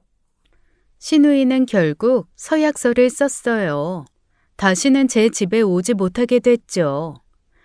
너 정말 후회할 거야. 우리 가족 다 적으로 만들고. 이미 적이었잖아요. 처음부터. 모르셨어요? 그렇게 합의를 하고 경찰서를 나왔습니다. 태어나 한 번도 경찰서를 온 적이 없는데 결혼하고 나서 벌써 2번째였네요. 퇴근한 남편이 경찰서로 저를 데리러 왔어요. 경찰서를 나오자 남편이 신우이에게 화를 냈죠. 누나, 어떻게 미진이를 때릴 수가 있어? 미친 거 아니야? 네 마누라가 엄마를 경찰서에 넣으려고 했잖아. 가족이 어떻게 그럴 수가 있어? 엄마가 도둑질했잖아. 누나도 알면서. 그때 경찰서 뒤편 골목에서 누군가 나타났습니다. 뚱뚱하고 팔뚝에 문신을 덕지덕지한 남자였어요. 야, 누가 내 여자를 때려? 감히 우리 혜원이 얼굴에 손을 대? 오빠, 제가 나 때려서 나 코에서 피나고 아야했어. 형님이 먼저 때렸어요. CCTV도 있고요. 남자친구가 다가왔습니다. 그런데 경찰서 앞까지는 오지도 못했죠. 웃기더라고요. 여기가 경찰서 아니었으면 너희 둘 다 병원 갔을 거야. 뭐? 당신 지금 협박하는 거야? 협박? 난 그냥 사실을 말하는 거지. 내가 좀 거칠어? 오빠, 그만해. 경찰 나온다. 가자. 에이씨, 저런 년은 한 대 맞아야 정신 차리는데. 저는 비웃었습니다. 경찰서 안에는 무서워서 못 들어오시나 봐. 골목에 숨어 있다가 나타나시네. 왜? 전과자니? 형님, 당신 인생도 참 알만하다. 저런 걸 남자친구라고. 뭐? 인연이? 남편이 저를 보호하며 앞으로 나섰어요. 한 발자국만 더 다가와. 바로 경찰 부를 거야. 네가 뭔데 명령이야? 그때 경찰서 안에서 경찰이 나왔습니다. 무슨 일이세요? 왜 이렇게 시끄럽죠? 아니에요. 그냥 가족끼리. 여기서 소란 피우시면 안 됩니다. 신우인 남자친구는 경찰이 나타나자 바로 도망을 가버렸습니다. 그리고는 또 골목에 서서 저를 보고는 으르렁거렸죠. 너희들 조심해. 이번엔 넘어가지만. 뭘 조심해? 안 들려. 이리 와서 얘기해. 쪽팔리게 숨어있지 말고요. 안 때릴게. 이리 와요. 가자, 오빠. 여기 더 있을 필요 없어. 신우이와 남자친구가 떠났습니다. 남편이 한숨을 쉬었어요. 정말 미안해. 우리 가족이 이렇게 막장이라. 괜찮아. 이미 각오했어.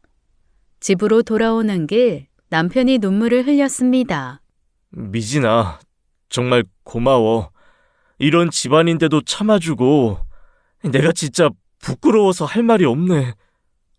울지 마. 당신은 잘못한 거 없어. 앞으로 엄마와 누나는 절대 집에 안 들일게. 약속해.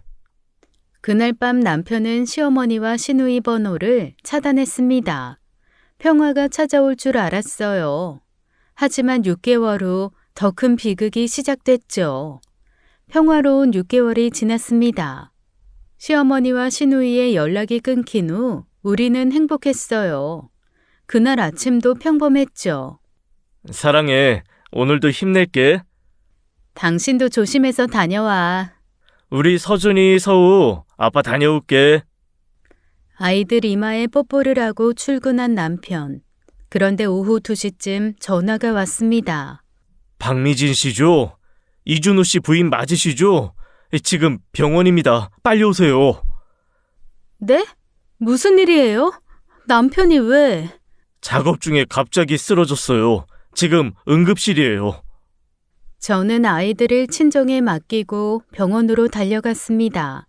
응급실 침대에 누워있는 남편, 의식이 전혀 없었어요. 의사가 설명했습니다. 심한 뇌출혈입니다. 지금 바로 수술 들어가야 해요. 뇌출혈이요? 왜 갑자기? 원인은 아직 모르겠습니다. 일단 수술부터 해야 해요. 남편의 얼굴을 자세히 봤습니다. 이마에 멍이 있었어요. 볼에도 상처가 있었죠. 옷도 흐트러져 있었습니다. 선생님, 이 상처들은 뭐예요? 얼굴에 왜 멍이 있죠? 그게 좀 이상하긴 한데요. 회사에서는 그냥 쓰러졌다고만 하더라고요. 남편은 곧바로 수술실로 들어갔습니다. 병원에 남편을 데리고 온 회사 담당자가 있었어요. 저는 그분에게 물었습니다. 남편이 정확히 어떻게 쓰러진 거예요? 저도 자세히는 몰라요. 작업장에서 갑자기 쓰러졌다고 들었습니다. 1시쯤이었다고 하던데. 점심시간에는 어디 있었는지 아세요? 그건 저도 사무실에 있어서요. 담당자가 자세한 상황을 몰랐습니다. 뭔가 더 알아봐야 할 것 같았어요. 수술은 5시간이나 걸렸습니다. 의사가 나왔어요. 수술은 끝났지만 상태가 심각합니다. 언제 깨어날지 모르겠어요. 설마 혹시 못 깨어날 수도... 그럴 가능성도 있습니다. 그리고 이상한 게 있어요. 의사가 차트를 보여줬습니다. 뇌출혈 전에 뇌진탕이 있었던 것 같아요. 외부 충격으로 인한 뇌진탕을 제대로 치료하지 않으면 이렇게 뇌출혈로 이어질 수 있거든요. 외부 충격이요? 그럼 누가 때렸다는... 가능성이 높습니다. 남편은 중환자실로 옮겨졌습니다. 의식 없이 누워있는 남편을 보며 저는 다짐했어요. 반드시 진실을 밝혀내겠다고.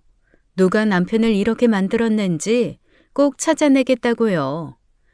남편 수술이 끝나고 1시간쯤 지났습니다. 저는 잠시 화장실에 다녀왔어요. 대기실로 돌아오니 낯익은 목소리가 들렸죠. 시어머니와 시누이였습니다. 둘은 대기실 구석에서 택소주를 마시고 있었어요. 병원에서 술이라니 어처구니가 없었죠. 저는 가까이 다가가 들어봤습니다. 그래도 생명보험 들어둔 게 다행이야. 5억이나 된다며? 5억? 와, 그럼 엄마 빚도 다 갚겠네? 당연하지. 내가 수익자니까. 아들이 나한테 그 정도는 해줘야지. 시누이가 킥킥거렸어요. 엄마, 빚 갚고 남은 돈으로 뭐 할 거야? 해외여행 가야지. 평생 고생만 했는데 이제 좀 살아야지. 하와이 어때? 나도 데려가라. 엄마 혼자 가면 심심하잖아. 제 귀를 의심했습니다. 남편이 생사를 오가는데 보험금 이야기라뇨. 그나저나 아들 수술이 걱정이네. 식물인간 되면 보험금 못 받잖아. 그러게. 그렇게 사람 고생시킬 바엔 차라리 깔끔하게. 야, 그런 말 하지 마. 그래도 내 아들인데. 아니다. 아닌가? 하긴 고통받으면서 병원에 누워있을 바에는 그게 더 좋을 수도 있어. 그치? 저는 더 이상 참을 수가 없었습니다. 뭐라고요? 지금 뭐라고 했어요? 어머, 네가 왜 여기 있니? 남편이 수술받고 있는데 술 마시며 보험금 이야기예요? 차라리 깔끔하게 죽으라고요? 시누이가 뻔뻔하게 대답했습니다. 우리끼리 하는 말인데 왜 엿들어? 그리고 누가 준호 죽기를 바란대? 식물인간 될 바에야 그게 더 좋다는 거지. 참나, 이상하게 꼬아댔네. 꼬아들어? 준호 씨가 죽어가는데 돈 생각만 하는 게 문제지. 당장 나가요. 여기서 나가요. 보안요원! 보안요원! 보안요원이 달려왔습니다. 무슨 일이십니까? 이 사람들 병원에서 술 마시고 소란 피워요. 내보내주세요. 내 아들 병원인데 왜 나가? 아저씨, 지금 내 아들이 사경을 헤매고 있어서 내가 슬퍼서 한잔 하는 거야. 응? 이해 좀 해줘. 병원에서 음주는 금지입니다. 나가주세요. 그리고 이 두 사람 출입 금지시켜주세요. 환자 보호자로서 요청합니다. 네가 뭔데? 내 아들이야. 법적 보호자는 저예요. 배우자니까. 앞으로 병실 출입도 제 허락 없이는 안 돼요. 보안요원이 두 사람을 끌고 나갔어요. 두 사람은 결국 병원에서 쫓겨났습니다. 저는 보안실에 가서 출입금지 요청을 했어요. 남편을 지켜야 했으니까요. 병원에서 시어머니를 쫓아낸 다음 날이었습니다. 저는 집에 가서 남편의 보험 서류를 찾았어요. 남편이 항상 중요 서류를 보관하던 서랍에 있었죠. 생명보험 증서를 펼쳐봤습니다. 수익자란에 제 이름이 선명하게 적혀 있었어요.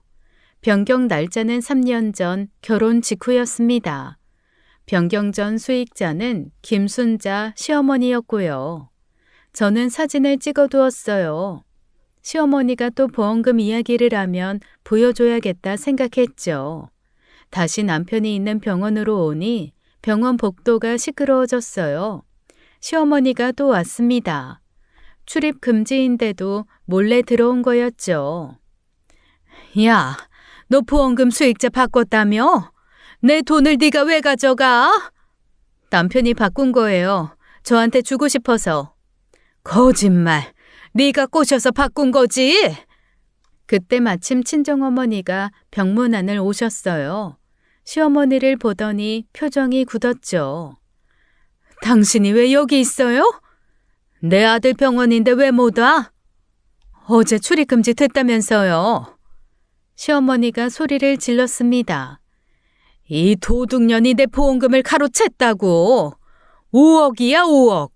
그게 다 내 돈인데. 아들이 죽어가는데 돈 타령이에요? 어떻게 사람이 그래요? 시어머니가 친정어머니에게 달려들었어요. 뭐? 내가 사람이 아니라고? 내가 틀린 말 했어요? 아들 생각하는 엄마 맞아요? 돈만 생각하는 것 같은데. 그때 시어머니가 친정엄마 뺨을 때리려고 했어요.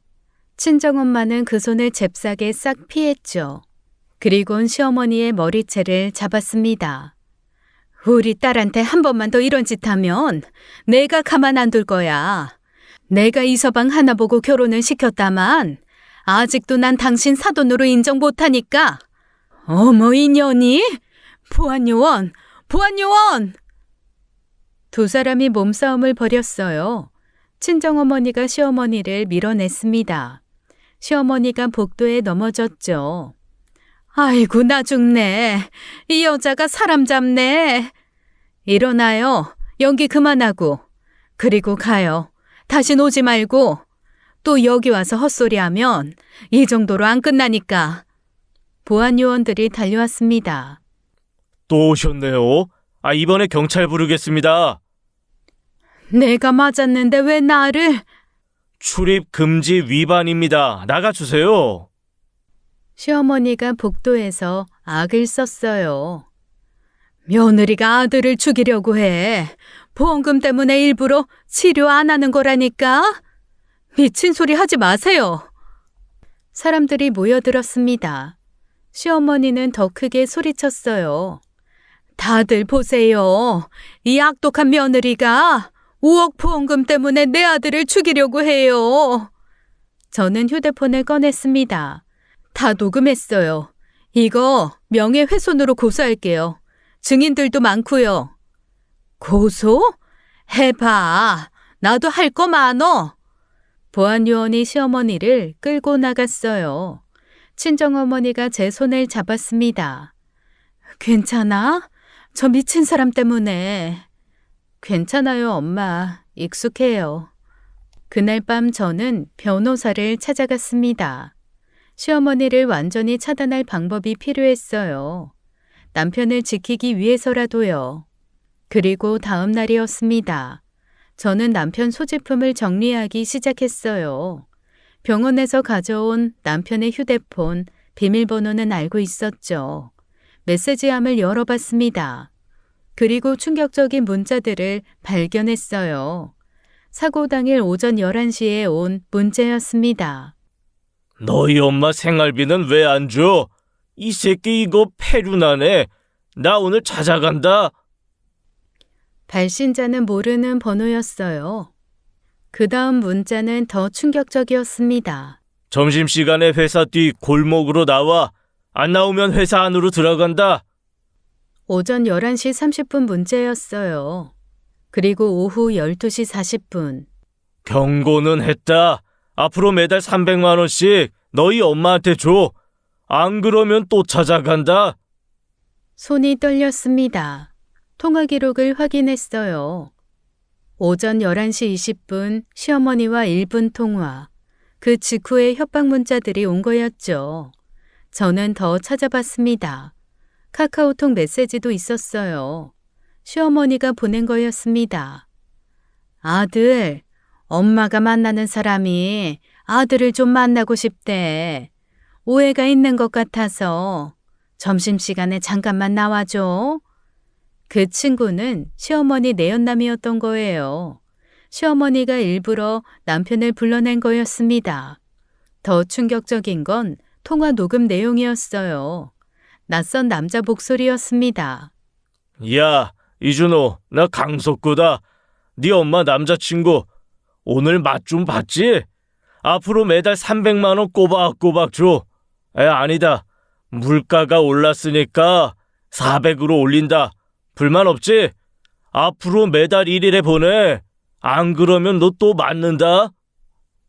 저는 남편 핸드폰에 있는 모든 걸 제 핸드폰으로 옮겼습니다. 문자, 카톡, 음성 파일 모두 저장했죠. 그때 또 다른 문자를 발견했어요. 사고 2일 전 문제였습니다. 나 내 여자가 우는 걸 못 봐. 네 엄마 생활비 안 주면 가만 안 둔다. 내가 젊어서 조직에 있던 사람이야. 무슨 말인지 알지? 당장 입금해. 시어머니 번호로 온 문자도 있었어요. 아들, 엄마 남자친구가 화가 많이 났어. 네가 엄마를 버려서 그래. 좀 도와주면 안 되겠니? 엄마 남자친구 무서운 사람이야. 그러니까 아저씨 말 들어. 이건 완전히 공모였고 협박이었습니다. 시어머니와 내연남이 짜고 남편을 협박한 거예요. 저는 떨리는 손으로 경찰서에 전화했죠. 협박과 폭행 증거를 찾았어요. 고소하고 싶습니다. 네? 아, 증거를 가지고 오시면 바로 저희가 확인하겠습니다. 하지만 더 확실한 증거가 필요했어요. 목격자를 찾아야 했습니다. 저는 분노로 온몸이 떨렸어요. 아들이 돈을 안 준다고 때리다니요.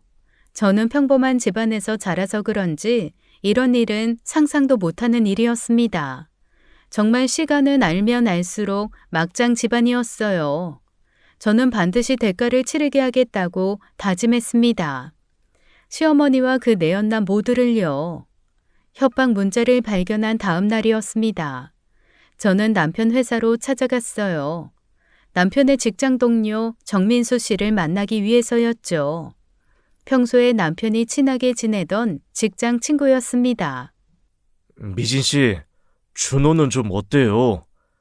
아직 의식이 없어요. 그날 상황 좀 자세히 알려주실 수 있어요? 사실 좀 이상한 게 있었어요. 정민수 씨가 그날을 떠올렸습니다. 점심시간에 준호가 급하게 나갔어요. 전화 받고 나섰는데 표정이 안 좋았죠. 몇 시쯤이었어요?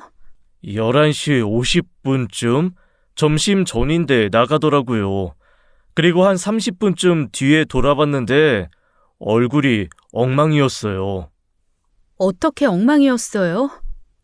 이마에 멍이 있었고 입술도 터져 있었어요. 옷도 흙이 묻어 있었고 구겨져 있었죠. 맞아요. 근데 지금이 더 심하네요. 그때는 코피도 났었어요. 준호가 들어오면서 뭐라고 중얼거렸어요. 미친놈 이랬던 것 같은데. 그리고요? 화장실 가서 얼굴 닦고 나왔는데 걸음걸이가 이상했어요. 비틀거렸죠. 뇌진탕 증상이었습니다. 제가 병원 가보라고 했는데 괜찮다고만 하고 이랬어요. 그리고 1시간쯤 뒤에 쓰러진 거군요. 정민수 씨가 고개를 끄덕였어요. 작업하다가 갑자기 하더니 그대로 쓰러졌어요. 의식을 잃어서 119 불렀죠.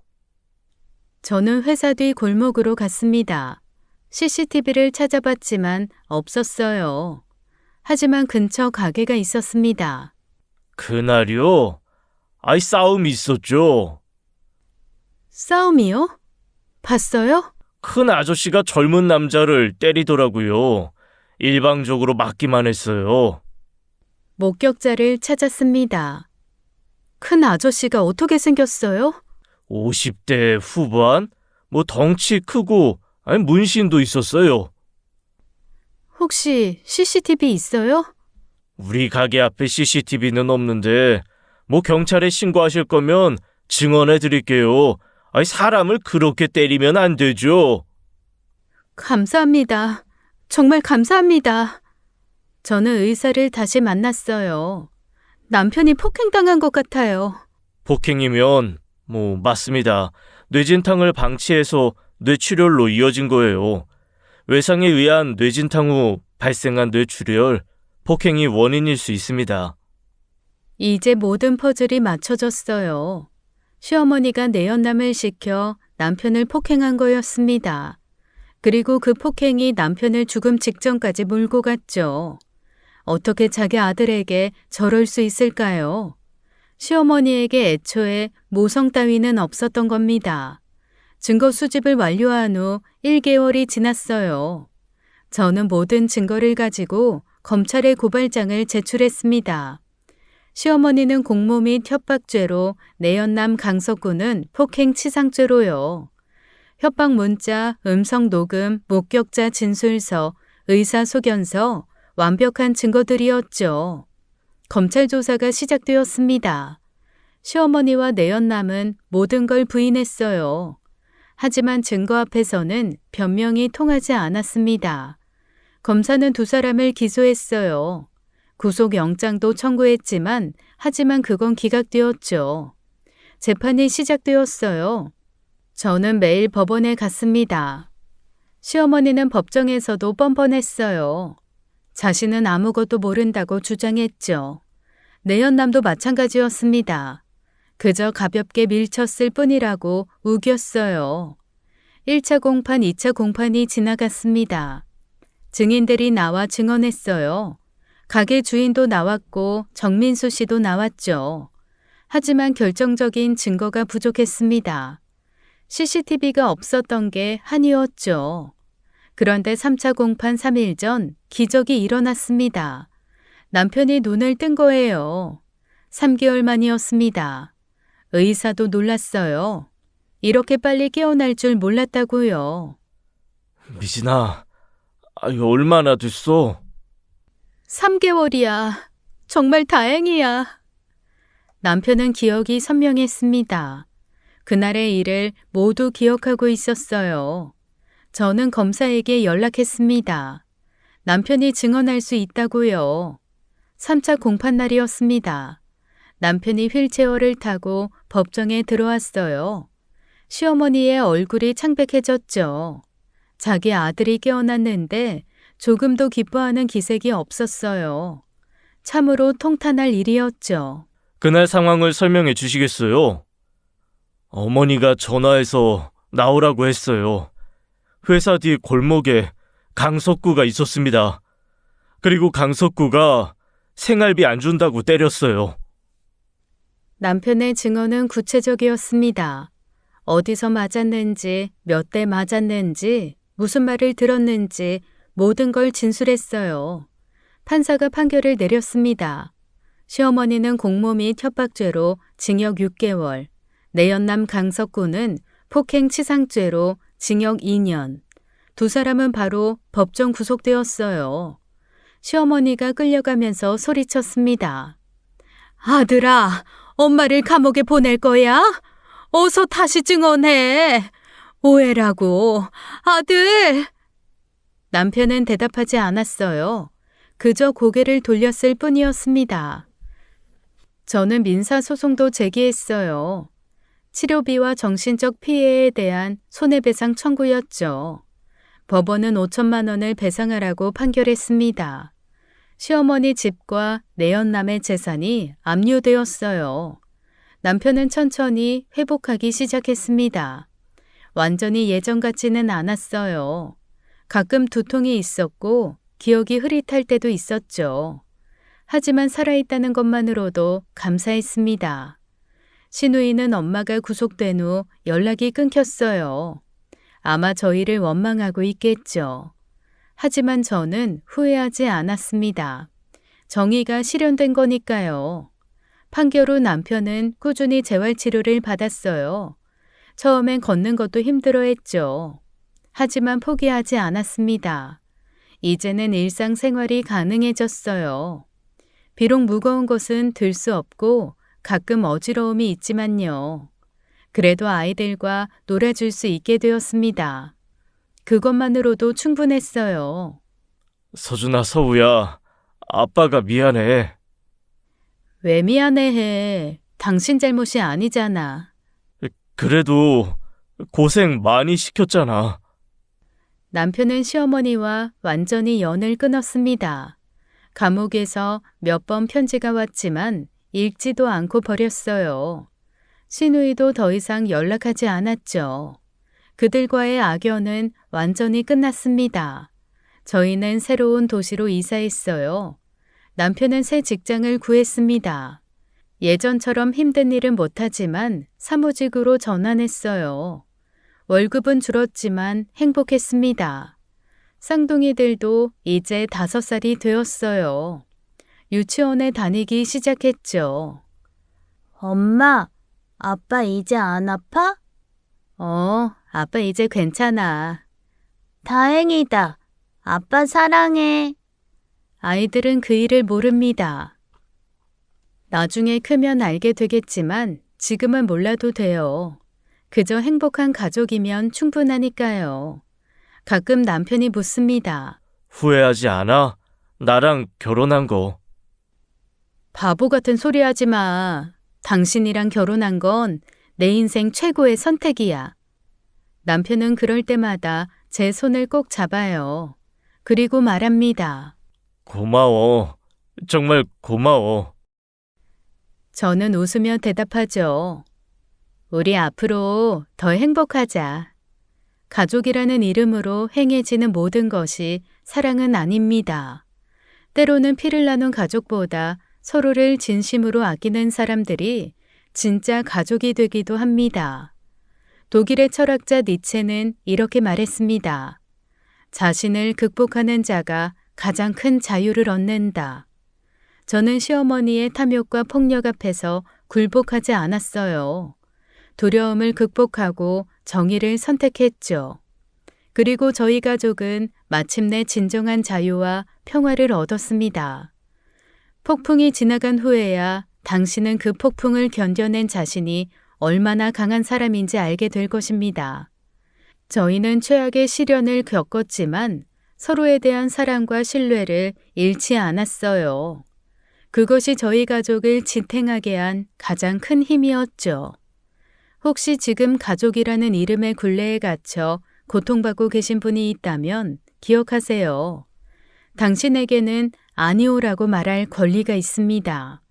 당신에게는 행복을 선택할 자유가 있습니다. 때로는 단호한 거절이 모두를 위한 최선의 선택이 될 수 있다는 것을 기억해 주세요. 제 사연은 여기까지입니다. 오늘도 들어주셔서 감사합니다. 지금까지 사연 읽어주는 남녀였습니다. 끝까지 시청해주신 여러분 감사드리며 저희는 다음 사연으로 돌아올게요. 감사합니다.